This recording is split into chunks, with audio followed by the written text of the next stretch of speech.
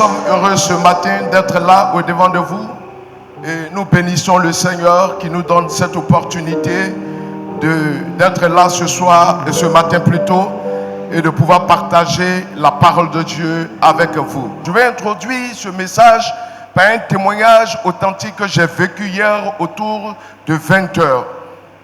Je suis allé très rapidement à Yamoussoukro et j'ai pris quelqu'un avec moi qui me conduisait. Et nous revenions et à la sortie de l'autoroute pour arriver à Tengue. Après à Tengue, en allant à Jesco, il y a un virage. Vous prenez le virage et puis vous descendez, ça descend et après ça remonte pour aller à Jesco. Et pendant que nous étions en train de descendre, je n'avais pas fini de dire au chauffeur, attention ici le virage, il est très dangereux et souvent, et le coin il est obscur, il n'y a pas de lumière, on ne voit pas. Donc souvent vous pouvez déboucher sur un obstacle qui est devant vous. Je n'ai pas fini de penser à cela. Dans le même temps, tout le temps où j'étais assis dans la voiture, j'étais en train de penser au message et je disais, Seigneur, conduis-moi. Et puis, comme on dit, tout à coup, brusquement, un peu à quelques 20 mètres au-devant de nous, il y a un véhicule qui est stationné là avec le nez piqué. En réalité, le véhicule est rentré sous un porte-char, un gros camion porte-char. Je ne sais pas si Dieu a voulu que ce dernier-là soit là pour m'éviter à nous de pouvoir rentrer sur ce porte-char, mais voilà ce qui s'est passé. Et les gars ont signalé, bon, le chauffeur a tenté tant bien que mal de freiner et c'était vraiment compliqué. Donc pour moi, on rentrait tout droit dans l'obstacle qui était là. Et puis il y avait un véhicule qui était juste à notre droite qui roulait à vive allure. Donc le chauffeur veut esquiver pour passer à sa gauche dans le but de pouvoir éviter l'obstacle. Mais le chauffeur qui était à droite ne voulait pas laisser le passage et il roulait à vive allure. Nous aussi on était lancés d'une certaine façon. Et puis, je vous assure, on est arrivé nez à nez à l'obstacle. Dis Dieu est fort. Et les anges de Dieu nous accompagnent tous les jours. Et on arrive là, et là où il y a l'obstacle, il fallait rentrer dans l'obstacle. Mais je ne sais pas ce qui s'est passé. Le véhicule a été déporté sur notre gauche. L'autre qui ne voulait pas nous laisser passer, il est passé comme une flèche et nous on a été... Pour moi, je me disais que, parce que je le voyais là, je me disais qu'on rentrait dans le véhicule. Donc je voyais le chauffeur qui luttait avec le volant et on est arrivé. Derrière nous, il y avait un véhicule qui venait. Lui, il est rentré tout droit dans le véhicule qui était là. Et nous sommes passés sains et saufs. Nous n'avons pas été touchés.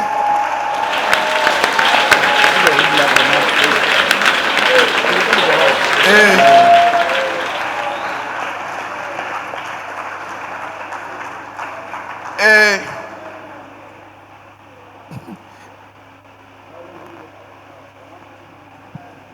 je ne sais pas quoi dire parce que le chauffeur, quand on est passé, il me regarde et puis me dit, patron,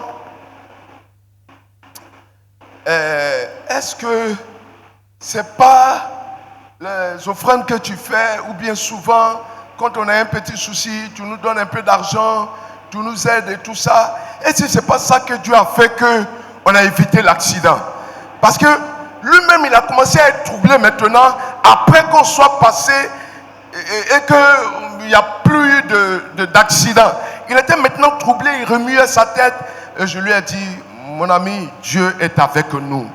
Dieu est avec nous. Moi, je n'ai rien fait de spécial. Je n'ai rien donné à Dieu pour que Dieu me sauve de cette façon. Et je crois que Dieu voulait que je sois là ce matin. J'étais tellement blasé quand je suis arrivé à la maison. J'ai pris ma douche, j'ai mangé et puis je me suis couché. Le message là, je n'ai pas pu le préparer. Mais à 3 heures, Dieu m'a réveillé et puis m'a fait asseoir. De 3 heures, je me suis réveillé, j'étais assis pour préparer le message. Et je crois que Dieu veut parler à quelqu'un ce matin ici. Et le Padre ne croit pas si bien faire ou bien dire quand il a introduit son entrée. En réalité, le texte que j'ai choisi ce matin, que je voudrais partager avec vous, ce n'est pas le même texte que Padre. C'est 2 Rois chapitre 4, le verset 8 au verset 37. 2 Rois chapitre 4, verset 8 au verset 37. Qui nous relate l'histoire d'une femme que vous connaissez très bien dans la Bible, qu'on appelle la femme Sunamite. La Sunamite, l'histoire de la Sunamite. Et tout à l'heure, quand Padre parlait, j'ai dit, Saint-Esprit, je crois que tu es dans l'affaire. Et ce qui va être dit, c'est toi qui conduis cela. Dieu est avec nous, les frères. El Capote ici, Dieu est avec nous. Et le Saint-Esprit parle. Le prophétique est en œuvre et en mouvement. Et ce matin, nous allons lire ce passage. S'il y a un frère qui peut me prêter sa voix et sa Bible pour faire cette lecture, je l'invite à lire avec moi. Mais pour nous épargner cette longue lecture qui commence à partir du verset 8 jusqu'au verset 37, nous allons commencer à partir du verset 25. Et chez nous à la maison, nous allons reprendre ce texte à partir du verset 8 jusqu'au verset 37. Est-ce qu'on peut commencer à partir du verset 25, s'il vous plaît? Alléluia. Que le Seigneur nous bénisse. 2 Rois, chapitre 4, à partir du verset 25. C'est ça? Oui. Ok. Elle partit donc et se rendit vers l'homme de Dieu sur la montagne de Carmel. L'homme de Dieu, l'ayant aperçu de loin, dit à Géasi, son serviteur, « Voici cette Sunamite. » Verset 26. « Maintenant, cours donc à sa rencontre et dis-lui, « Te portes-tu bien? Ton mari et ton enfant se portent-ils bien? » Elle répondit, « Bien. » Verset 27. Et dès qu'elle fut arrivée auprès de l'homme de Dieu sur le pied, de l'homme de Dieu, excusez-moi, et dès qu'elle fut arrivée auprès de l'homme de Dieu sur la montagne, elle embrassa ses pieds. Géasi s'approcha pour la repousser. Mais l'homme de Dieu dit, « Laisse-la, car son âme est dans l'amertume. Et l'Éternel me l'a cachée et ne me l'a point fait connaître. » Alors elle dit, « Ai-je demandé un fils à mon Seigneur? N'ai-je pas dit, ne me trompe pas? » Verset 29.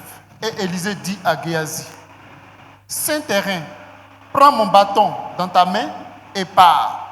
Si tu rencontres quelqu'un, ne le salue pas. Et si quelqu'un te salue, ne lui réponds pas. Tu mettras mon bâton sur le visage de l'enfant. » Verset 30. La mère de l'enfant dit, « L'Éternel est vivant et ton âme est vivante. Je ne te quitterai point. » Et il se leva et la suivit. Verset 31. Géasi avait dévancé et il avait mis le bâton sur le visage de l'enfant. Mais il n'y eut point ni voix ni signe d'attention.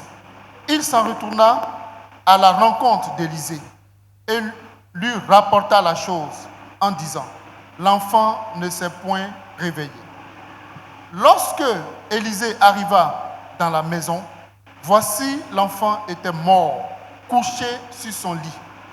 Élisée entra et ferma la porte en deux. Élisée entra et ferma la porte sur eux deux. Et il pria l'Éternel. Il monta et se coucha sur l'enfant. Il mit sa bouche sur sa bouche, ses yeux sur ses yeux, ses mains sur ses mains. Et il s'étendit sur lui. Et la chair de l'enfant se réchauffa. Alléluia. Amen. Alléluia. Amen. Alléluia.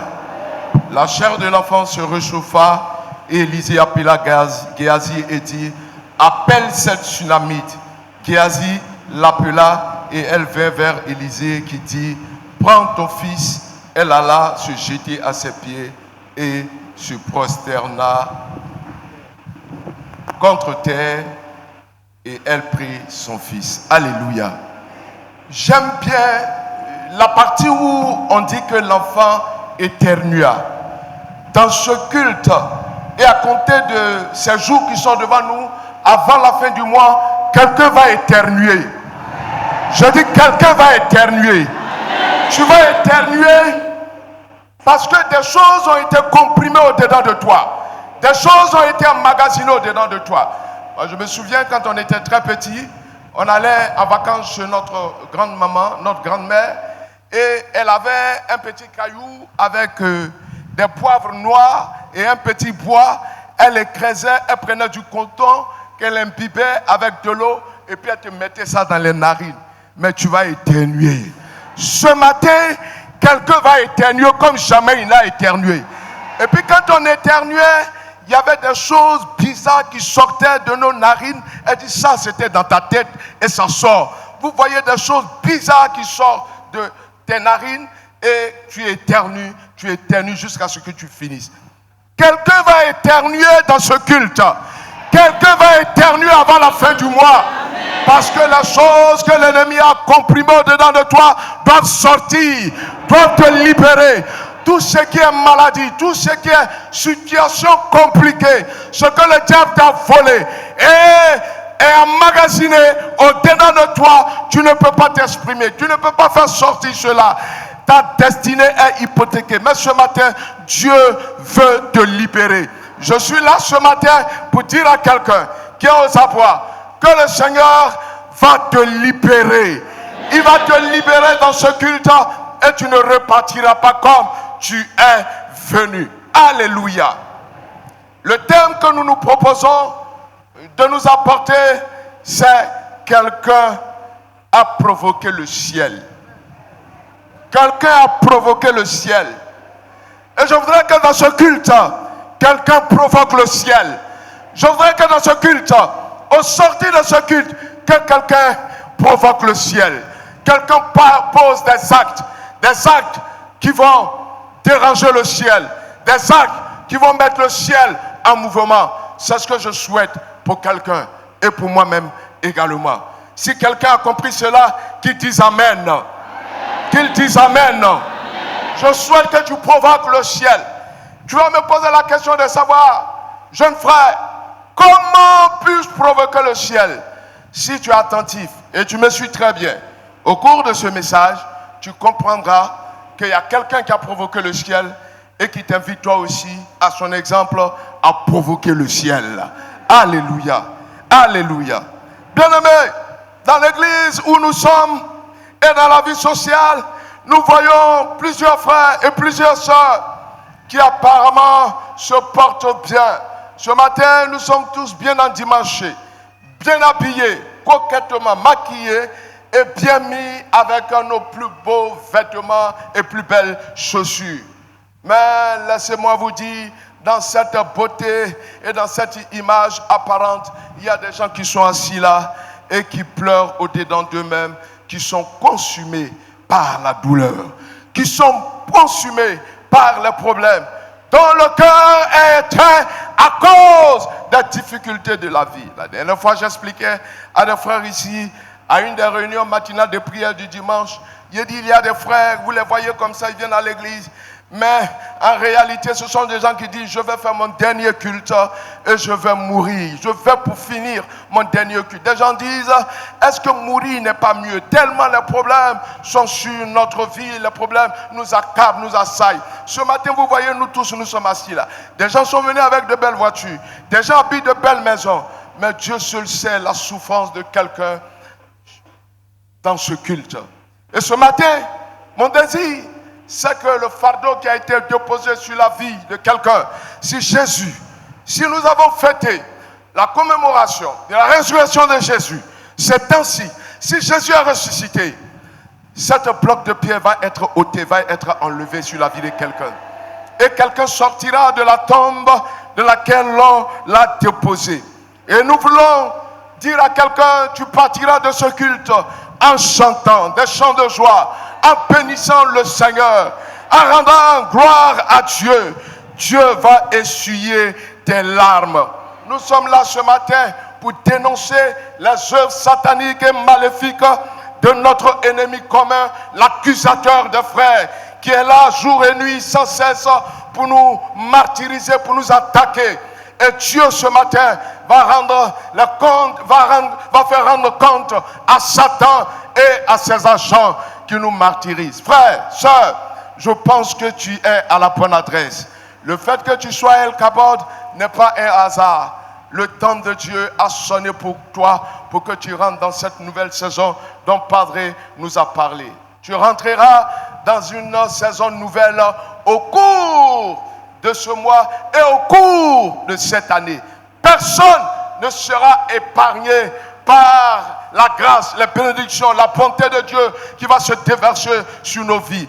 Dieu est prêt et Dieu va se manifester ce matin de pouvoir nous aider. C'est pour cela que je vous propose ce matin de parler de l'histoire de cette femme remarquable, car son histoire est remarquable avec une grande révélation de la personne de notre Dieu. Mon frère, ma soeur, à l'exemple de cette femme qui a suivi Dieu, qui a suivi le prophète, je voudrais dire à quelqu'un, tu suis un Dieu fidèle.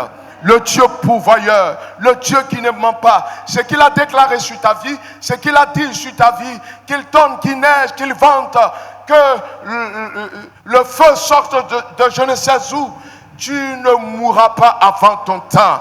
Tu ne mourras pas avant ton temps. Tu ne seras pas enterré avant ton temps. Bien-aimé, sœur, celui qui a dit que tu vas enterrer tes enfants continuellement, dis-lui que tu as menti. Ce n'est pas les parents qui enterrent les enfants, mais ce sont les enfants qui enterrent les parents. Ce matin, je voudrais déclarer sur la vie de quelqu'un, si on a confisqué la vie de tes enfants, si on a confisqué la vie de ceux que tu as mis au monde, et le diable a l'intention de pouvoir les détruire et dire que toi tu vas les enterrer, dis à Satan, tu es un menteur. Je ne mourrai pas avant mon temps. Mes enfants ne mourront pas avant leur temps. Ce matin, si quelqu'un est d'accord avec moi, lève-toi et puis déclare. Dis, Satan, je ne mourrai pas avant mon temps. Je ne mourrai pas avant mon temps. Je ne mourrai pas avant mon temps. Je déclare que je ne mourrai pas avant mon temps. Je déclare ce matin et je dis aux œuvres du malin que je ne mourrai pas avant mon temps. Je vivrai pour accomplir la œuvre de l'Éternel.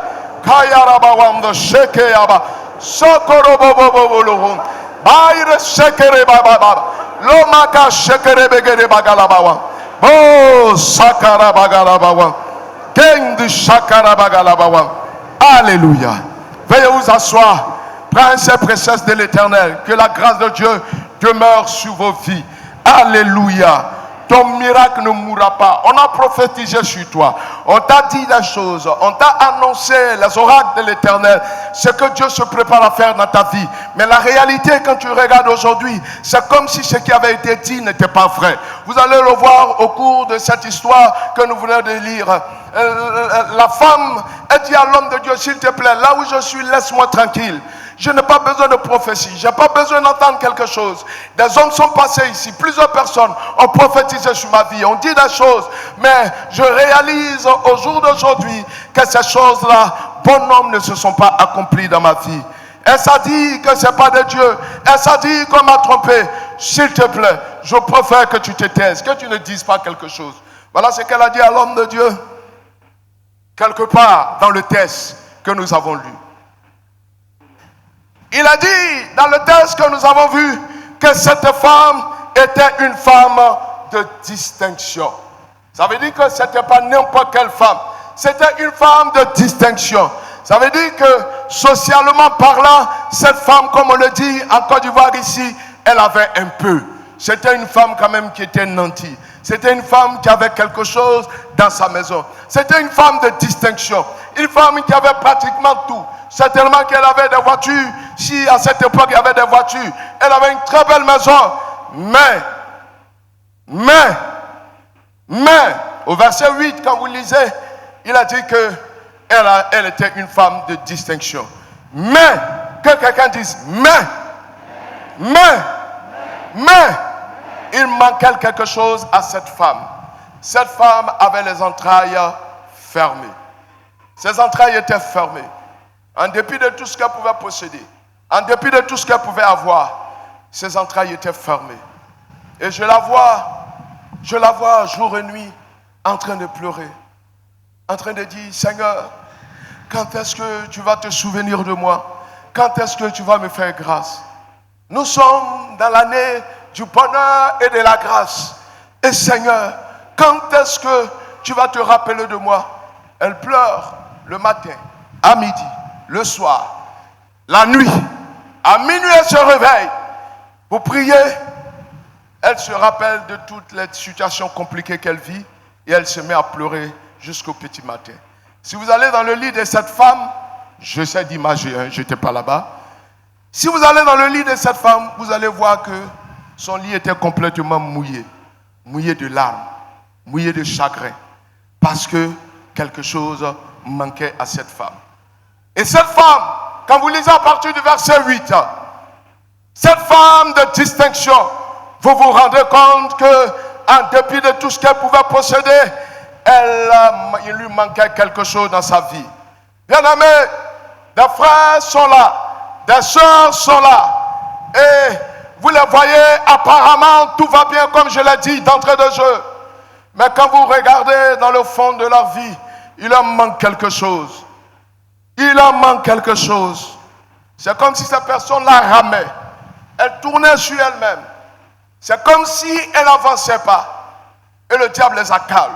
Dans l'église où elles sont, quand tout le monde commence à chanter, rendons gloire au Seigneur, rendons gloire pour son amour. Et puis elle lève la main comme ça. Et puis elle chante. Quand elle commence à chanter, il y a le diable qui arrive qui lui dit, toi aussi tu vas laver la main pour chanter. Tu ne vois pas que tu exagères quand même. Toi aussi tu vas chanter dans l'église là. Église dans laquelle nous tous on est, on te connaît. Toi aussi tu vas chanter. Baisse tes bras là-bas. Qui t'a dit de lever tes bras ici? Voilà ce que le diable.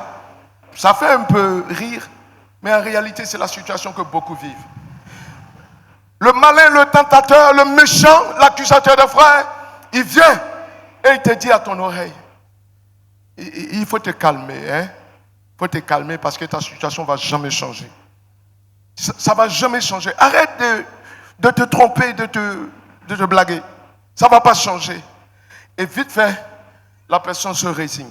Si vous voyez dans l'église des gens qui sont là dans leur petit coin et qui sont là qui ne parlent pas, très souvent approchez-les, vous allez comprendre la douleur de leur vie, la douleur de leur cœur. Ces gens-là souffrent. Ces gens-là souffrent. Et ce matin, je vais mettre fin à la souffrance de quelqu'un. Es-tu une maman? Es-tu une soeur? Es-tu un frère dont la vie est bloquée à un niveau où le diable et ses agents se moquent de toi? Tu es la risée de toute la famille, de tout ton quartier, de tout ton service, de tout ton village et de tout le pays même. Tout le monde se moque de toi. Église, elle va là. C'est ça qui est là. Nous là, on ne va pas à l'église, mais on prospère. Nous là, on ne va pas à l'église, mais enfants là, on fait ça. Nous là, on ne va pas à l'église, mais nos enfants là ne sont pas des bandits.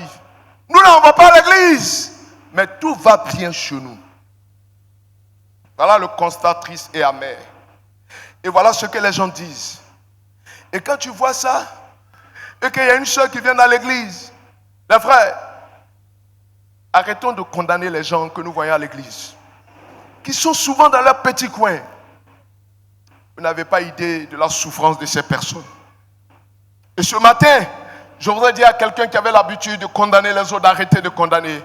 Parce que Dieu peut prendre quelqu'un que vous avez condamné et de le mettre au sommet. Et Dieu va le faire dans cette église. Dieu va le faire dans la vie de quelqu'un à El Kabod ici. Alléluia. Alléluia. Je veux que quelqu'un comprenne ce matin ce que je suis en train de dire. Honnêtement, je ne suis pas en train de dire des choses pour que quelqu'un chagrine ou pleure ou rentre dans une sorte d'émotion. Non.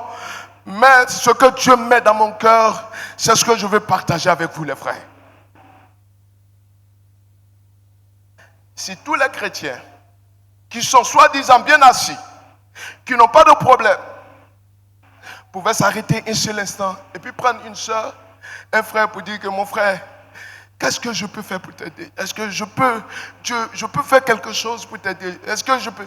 C'est ça qu'on appelle l'amour fraternel.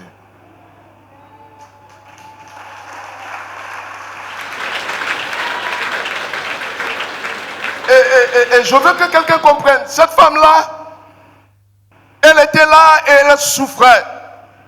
Mais à un moment donné, elle se résigne. Elle dit de toutes les façons, certainement, j'essaie d'imager. Elle se dit que, parce que dans le texte, il n'est pas dit ça comme ça. Elle se dit que de toutes les façons, ça a tellement duré. Parce qu'on dit que son mari, quand vous lisez, on dit que son mari était devenu vieux. Son mari était devenu vieux. Mais elle-même, sur son identité, la Bible ne nous dit pas quel âge elle avait. Mais ce qu'on sait, c'est que son mari était devenu vieux. Ça veut dire qu'il y a un temps qui est passé et cette femme-là n'a pas pu faire d'enfant. Et donc, elle, certainement, aurait pu se résigner. Elle a pu se résigner. Mais cette femme, elle ne va pas rester là à dire que mes entrailles sont fermées. Et donc, servir Dieu, suivre Dieu, je mets une croix là-dessus. Non, elle va se lever. Donc, deuxièmement, cette femme de distinction, elle va apporter des soins à l'homme de Dieu. Elle va démontrer qu'elle est capable de faire quelque chose de bien. Elle va venir voler au secours de l'homme de Dieu. Il a dit dans le texte que chaque fois que l'homme de Dieu passait par là, il s'arrêtait chez elle. Elle l'empressait pour qu'il vienne manger chez elle, pour qu'il vienne se restaurer. Et s'il était fatigué, elle voulait qu'il se repose.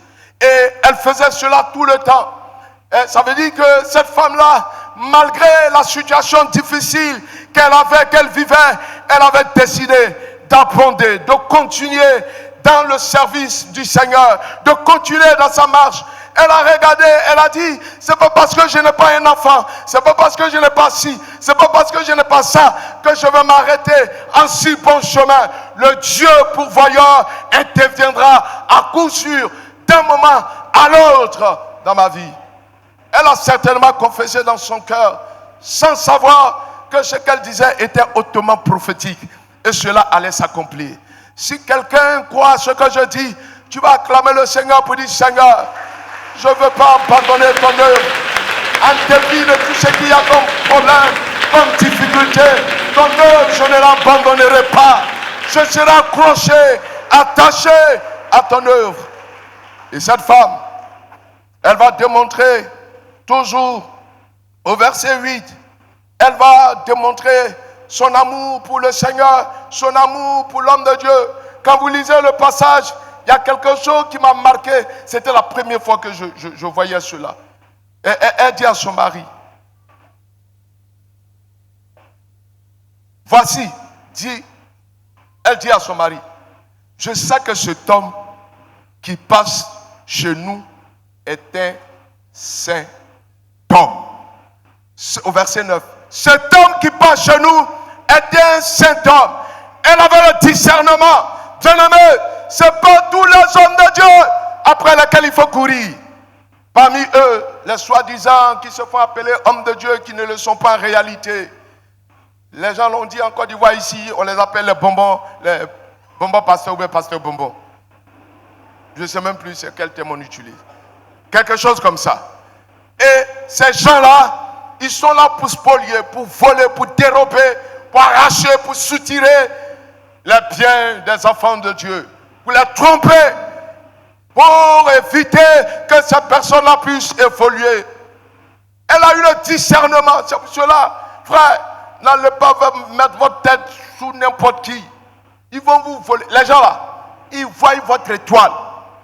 Ils vont vous voler votre étoile. Il y a beaucoup qui courent. Vous, on est assis là. Si le scanner de la Madre pouvait me donner ça un peu. Je vous assure qu'il y a beaucoup qui ont attrapé ici. Ils ont les pasteurs, ils ont les prophètes à côté. Chacun a son petit pasteur, comme son petit fétiche. Ce que je dis, c'est une réalité. Il ne faut pas se tromper, les frères. Ils ont leur petit pasteur à qui ils vont se confier, qui vont voir. Il dit, tu vas partir, tu vas revenir. El Kabod, ça ne bouge pas. Quelque chose qu'on dit, c'est la gloire de Dieu. Regardez, cette femme, son nom, et on lui a pas, son nom qu'on lui a donné, on l'a pas nommé en tant que tel, mais on dit c'est la femme Sunamite. Et elle habitait une ville qu'on appelait Sunem. Et Sunem veut dire double repos. Double repos. Ça veut dire que cette femme, en réalité, elle était quelque part où la bénédiction de Dieu était en abondance. Si elle reste là, si elle a compris qu'elle ne bouge pas, qu'elle reste dans la présence de Dieu, elle bénéficiera de ce double repos. Et la femme, elle est restée, l'homme de Dieu, elle a dit à son mari, est-ce que on ne peut pas créer une saison nouvelle dans notre histoire? Elle dit à son mari, petit 3, ceux qui sont en train de noter, est-ce qu'on ne peut pas créer une nouvelle saison? Donc, j'en viens au verset 9 et 12, où elle a compris que selon Matthieu 11, le verset 12, quand vous lisez Matthieu 11, le verset 12, on dit le royaume de Dieu, il a forcé, il a combattu, et ce sont les violents qui s'en emparent. Tu n'es pas violent, tu ne rentreras pas. Je voudrais dire à quelqu'un ce matin, si tu penses que tu as passé ton temps en train de manger ton placali, en train de manger ton garba, en train de manger ton foutou, tu ne vas pas rentrer. Il faut dormir. Parce que ton adversaire, ton ennemi, il ne dort pas. C'est des gens, ils dorment au cimetière. Ils boivent du sang humain. Et puis, nous, on passe tout notre temps en train de manger. Mais ils mangent. Ça ne finit pas. Après, il vient là. Pasteur, il faut prier pour moi. Je suis trop faible, je suis trop lourd. Mais avec tous les foutous que tu as mangés, tu vas être léger comment? Hein, les frères? Il y a des gens, même quand on parle de jeunes, même, ils sont énervés, ils sont fâchés. C'est quoi ça? On veut nous mettre sous quelle loi? C'est eux maintenant qui commencent à décortiquer la loi. Nous, là, on ne connaît pas la loi. Padre, il ne connaît pas la loi. Pasteur Grauro, ils ne connaissent pas la loi. C'est eux là qui commencent à dire, mais ça, c'est les œuvres de la loi. Nous, on est sous la grâce maintenant. On est affranchis de toutes ces choses. C'est vrai, on est affranchis. Jésus, qui est Jésus, lui-même, il a jeûné 40 jours, 40 nuits. Si Jésus a jeûné, toi, il faut rester là, il ne faut pas jeûner. Parce qu'il savait très bien le combat dans lequel il allait rentrer, ça allait être un combat très compliqué. Il avait besoin de cela. La dernière fois, j'ai expliqué aux frères ici, il a dit, moi que vous voyez là, si moi j'étais à la place de Jésus, honnêtement, vrai, je ne vais pas jeûner. Je vais vous dire la vérité. Je suis en train de vous dire quelque chose, hein, mais vous dire en même temps quelque chose d'autre. Si moi j'étais à la place de Jésus, Padre, je ne vais pas jeûner. Il n'y a pas jeûné, il n'y a pas prié. Et regardez ce que Jésus dit. Il dit, celui qui a vu le Père, celui qui m'a vu, a vu le Père. Si quelqu'un m'a vu, il a vu le Père. Ça veut dire que si quelqu'un a vu Jésus, il a vu Dieu. Est-ce que Dieu jeûne? Est-ce que Dieu jeûne? Les biblicites qui sont dans l'église, ceux qui sont partis à leur école là, qui savent tout ce qui se passe, les nouveaux docteurs qui sont en train de sortir, les masterisés qui sont en train de sortir, qui sont en train de travailler, c'est à vous que je vous pose cette question. Est-ce que Dieu jeûne? Est-ce que Dieu prie? Moi-même où je suis là, je n'ai pas prié. Si j'étais Jésus là, moi je ne prie pas. Je suis Jésus, j'ai prié pourquoi? Je suis Dieu. Mais si tu as ça dans ta tête, laisse-moi te dire que c'est le diable qui te trompe. Ce n'est pas le Saint-Esprit qui t'inspire cela. Parce que Jésus, il était revêtu d'une double nature. Il y avait la nature humaine et puis il y avait la nature divine. Alléluia. La nature divine, humaine, comme il était parmi les hommes, il avait besoin de cela. Il avait besoin de prier. Il avait besoin de jeûner. Frères, sœurs, ce sont des outils que nous avons. Des outils, des armes que Dieu nous a données. Ne négligeons pas cela. Je referme la parenthèse et je reviens rapidement au risque qu'on m'arrête dans ce message. Que Dieu nous bénisse. Si quelqu'un a compris, ne dors pas. Jeûne et puis prie. Il y a quelque chose au bout. Alléluia, j'expliquais aux frères. Si quelqu'un n'a pas l'habitude de prier, Commence à prier 5 minutes. C'est ce que le Padre nous dit. Commence à prier 5 minutes, 10 minutes, 15 minutes. Avec l'administrateur série, nous faisons ça sur l'école. Tu pries un peu. Si tu es fatigué, tu te déconnectes, tu vas faire quelque chose d'autre, tu reviens. Nous prions un peu. Tu pries pendant 5 minutes, 10 minutes. Quand tu as prié pendant 1 heure, tu es chargé tous les jours. Pendant une semaine, tu as prié pendant 1 heure, tu es chargé. Tu sais ce que tu deviens entre les mains du Seigneur contre le camp de l'ennemi, tu deviens une mitraillette. Et puis toi, quand tu passes cette tu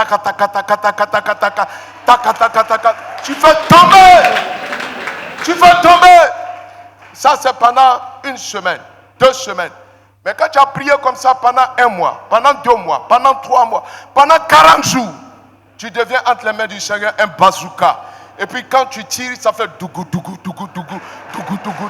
C'est comme ça que tu vas éliminer tes adversaires. C'est dans la prière.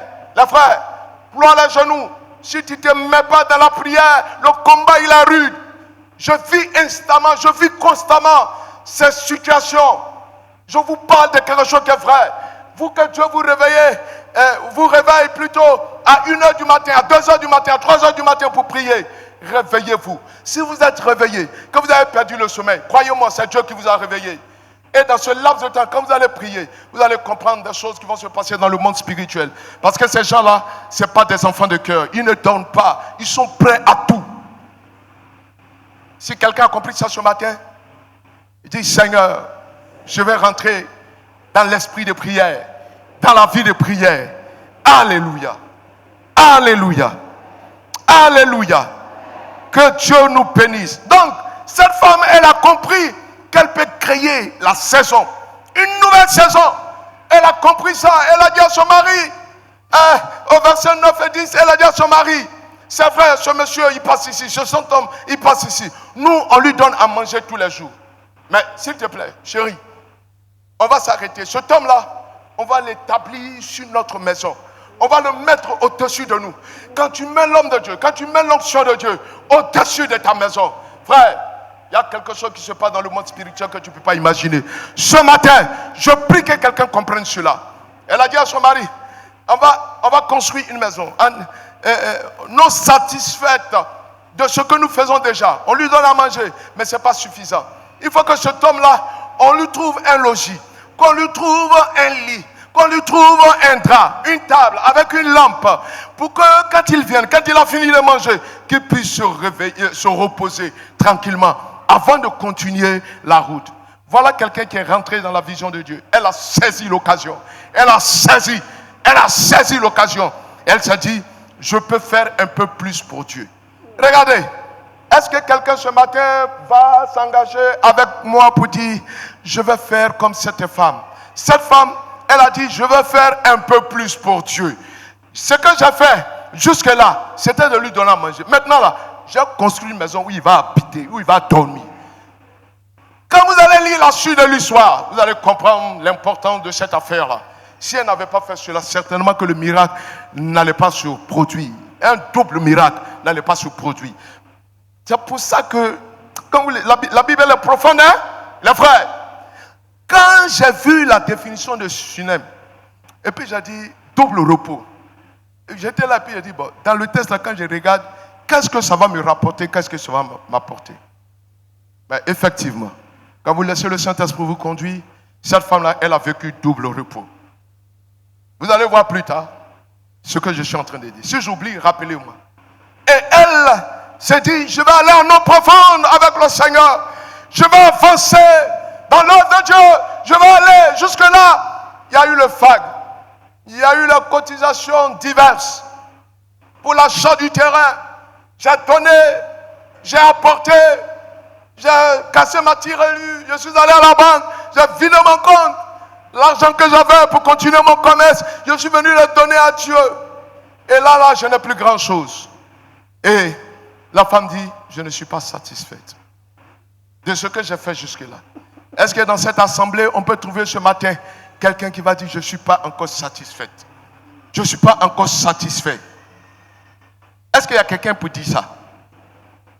Parce que je vois que tous ceux qui sont assis là, ils sont très contents, ils sont bien. là où ils sont, vous êtes bien. Tout ce que vous avez fait pour Dieu là, c'est trop. Moi-même, je suis en train de vous demander pardon, ne faites plus rien. Parce que vous avez trop fait pour Dieu. C'est pas ça? Hein? Ma soeur, mon frère, c'est ça, non? Vous avez trop fait pour Dieu. C'est ça? Où tu es là, toi-même, tu es fatigué. Depuis, on donne, ça ne finit pas. Cette femme-là, ce que j'ai dit là, c'est ce que beaucoup disent. Depuis là, ça ne finit pas. Mais cette femme-là, malgré, bien qu'elle l'ait donné à manger, elle dit à son mari, on va s'arrêter, on fait un peu plus. Allons-y en eau profonde. Est-ce que Dieu peut trouver dans cette assemblée des gens qui vont dire, Seigneur, nous allons faire un peu plus par rapport à l'achat de ce terrain. Nous voulons aller en eau profonde. Nous voulons avancer avec toi. Nous voulons achever l'achat de ce terrain avec toi. Seigneur, même si j'ai rien à manger, même si j'ai rien pour me vêtir, même si j'ai rien pour payer la scolarité de mes enfants, Seigneur, je vais investir pour ton royaume. Je vais investir pour ton œuvre. Voilà des gens que Dieu est à la recherche ce matin. Dieu cherche des gens comme ça. Est-ce qu'il y a quelqu'un pour avancer avec moi de cette façon? Si tu n'es pas content, ne lève pas ta main. Moi, je ne t'oblige pas. Si quelqu'un veut avancer avec moi en eau profonde, dans l'œuvre de Dieu, lève la main comme ça. Lève la main comme ça. Est-ce que tu peux? Moi, je t'ai dit, si tu n'es pas content, il ne faut pas lever la main. Voilà. Tu n'es pas d'accord, où tu es là, tu es fatigué de donner à Dieu, tu ne veux plus donner à Dieu. Ne lève pas la main. Reste où tu es là. Maintenant, Pasteur Graro, est-ce que tu peux prier pour nous qui avons levé la main? Est-ce qu'on peut se tenir debout? Est-ce qu'on peut se tenir debout? Vous dites, Seigneur, nous nous engageons à aller en eau profonde avec toi. On va avancer. On va faire un peu plus.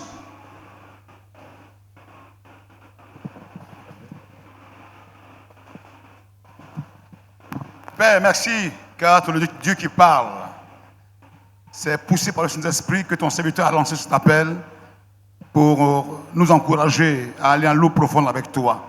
Dans tous les domaines, tu conseilles le royaume de Dieu, les intérêts, Seigneur. Tu vois le défi qui est devant nous. Seigneur, ce peuple, en levant la main, dit oui. Oui, pour se lancer. Oui, pour marcher. Pour voir ce miracle s'accomplir. Père, tu as toujours été avec nous. Nous croyons que ce terrain est acquis. Nous le sécurisons. Car dans le ciel déjà, les choses sont faites. C'est scellé, c'est fait. Et les anges louent Dieu, le célèbrent. Seigneur, nous voulons, à l'instar des anges, nous réjouir en apportant nos semences avec joie. Ce matin, bénis ses frères, bénis ton serviteur pour cet appel prophétique et pour ta grâce qui va se manifester ici à Al-Kabod. Au nom de Jésus. Amen. Amen. Amen. Amen. Alléluia. Je peux avoir mon micro? Merci, frère. Et puis, donc cette femme, elle s'est engagée à aller, à faire un peu plus avec son mari. Elle a décidé de servir Dieu avec tout ce qu'elle avait, avec ses biens, ses richesses. Elle a décidé d'aller en eau profonde. Frères, sœurs, cette occasion de l'achat du terrain est une occasion unique.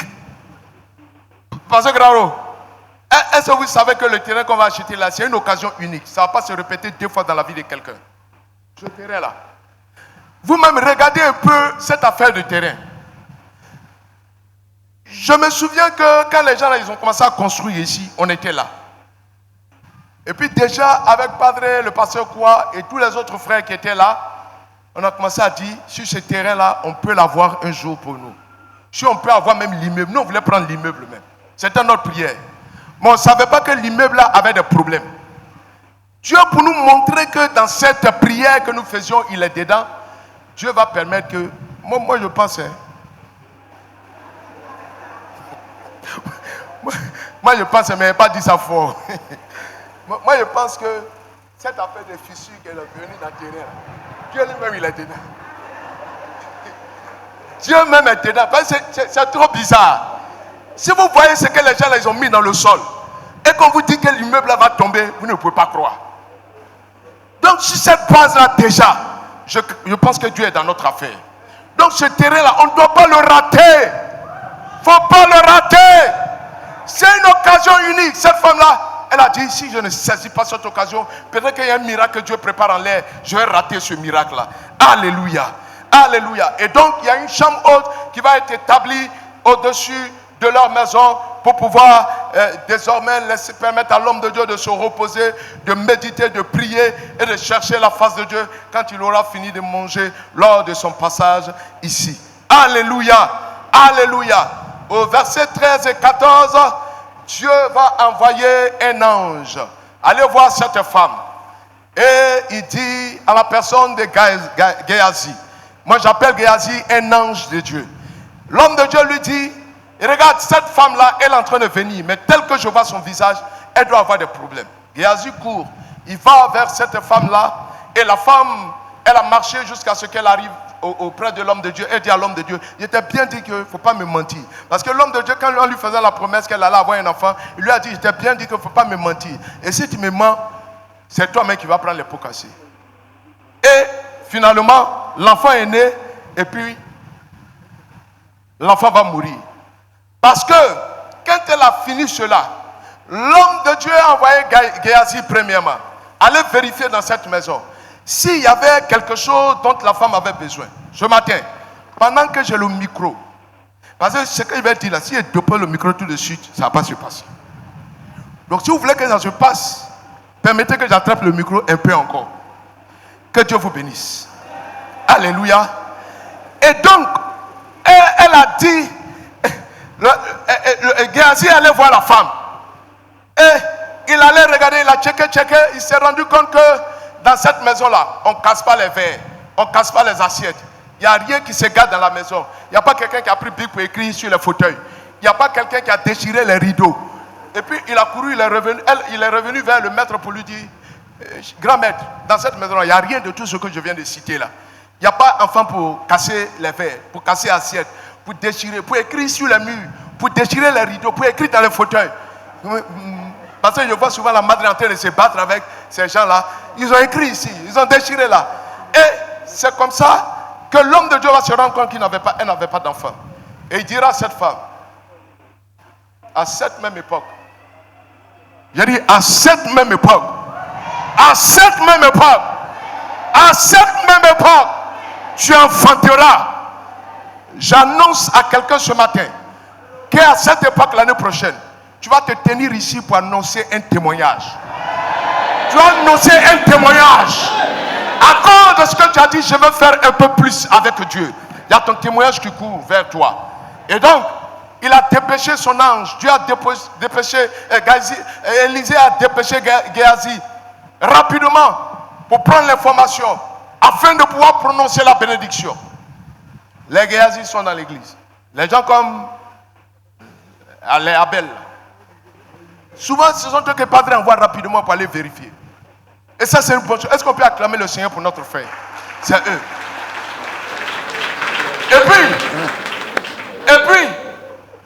Et puis, quand ça s'est passé comme ça, la femme Géasi, ayant fait le rapport, va expliquer, je survole un peu parce que le temps est parti.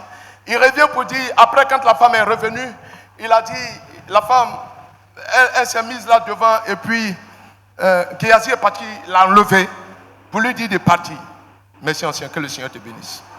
Yeri, l'année prochaine, à cette époque, Dieu va te visiter. Et donc, il court et il va. Elle est là devant et puis Géasi veut enlever la femme. Géasi qui allait s'informer que la femme a un problème. Maintenant, le même Géasi, c'est toujours eux. Ils sont venus enlever, il vient enlever la femme là. Et puis le prophète lui dit, attends, il faut la laisser. Celle-là, son problème là, je suis un prophète. Mais quand je regarde, Dieu ne m'a pas révélé ce qui se passe. Vous qui êtes dans l'église et puis vous voulez forcément qu'on vous dise des choses qu'on n'a pas vues là. Que le Seigneur vous pardonne. C'est pas tout que Dieu montre à ses serviteurs. C'est pas tout. Je suis parti chez la madre, je suis parti chez le padre, je suis parti chez le pasteur grand, je suis parti chez le bishop. Il ne m'a même pas parlé de mon problème là. Voilà ce qu'il a dit. C'est pas tout que Dieu montre. Et puis, quand Géasi lui a demandé, c'est quoi ton problème? Elle dit quoi? Tout va. C'est de là qu'est sorti le nom de l'ancien Tout va bien. L'un de ces messages qu'il a prêché ici, on était en 99, lorsque le président Gueye avait fait ses affaires. Donc, souvent dans la journée comme ça, on court de partout, parce qu'on dit les gens là, ils arrivent. Et lui, il était allé au travail, il revenait, il était à Yopougon. Quand lui-même, il s'est baptisé, tout va bien. Et puis il a dit, il était là puis subitement. C'est la première fois que je voyais ce genre d'onction. Onction des jambes. Onction des jambes. Il a commencé à courir. Et la femme, la femme dit à Élisée, à Géasi, tout va bien. Tout va bien. Elle avait dit à son mari que tout allait bien également. Tout va bien. Et là, Géasi ne peut plus rien dire. Il laisse le maître. La femme explique ce qui se passe. Il envoie une première fois Géasi. Géasi n'arrive pas à résoudre le problème. Il revient. Et la femme, elle est restée là. Elle n'est pas partie. Elle dit, je ne partirai pas tant que toi-même là, tu ne viennes faire quelque chose. Elle est restée là. Géasi est parti. Le miracle ne s'est pas produit. Maintenant, pour clôturer ce message, Élisée lui-même va partir. Quand il est parti, il s'est couché sur l'enfant qui était là. Il s'est couché comme ça sur l'enfant. Il s'est couché sur l'enfant. Et puis quand il s'est couché sur l'enfant, il a mis sa main dans les mains de l'enfant. Il a mis son nez, sa bouche sur la bouche de l'enfant, sa tête sur l'enfant. Et il était couché sur l'enfant. Couché sur l'enfant. Et puis il a commencé à prier. Et puis tout à coup, le corps de l'enfant a commencé à chauffer. Dieu est en train de chauffer le corps de quelqu'un ici qui est blasé ce matin. Dieu est en train de remuer le corps de quelqu'un qui est glacé. Quelqu'un dont les affaires ont été congelées. Quelqu'un dont les affaires ont été bloquées. Dieu est en train de réactiver les choses. Dieu est en train de réchauffer les choses. Et ce matin, tu ne partiras pas de ce culte. Toi dont l'argent a été bloqué. Toi dont les affaires ont été bloquées. Toi dont la situation a été congelée. Ce matin, Dieu te réchauffe. Tu vas te repartir. Libéré. Et pendant qu'il faisait cette prière, dit tout à coup.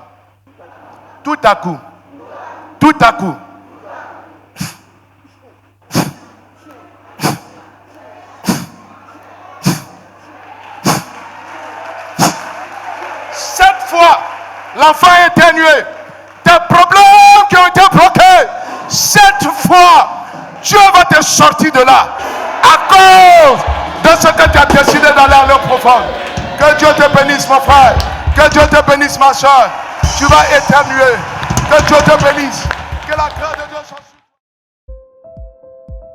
Vous avez été édifié? Partagez ce message et transformez une vie. Pour plus d'enseignements, abonnez-vous à nos pages. Que Dieu vous bénisse.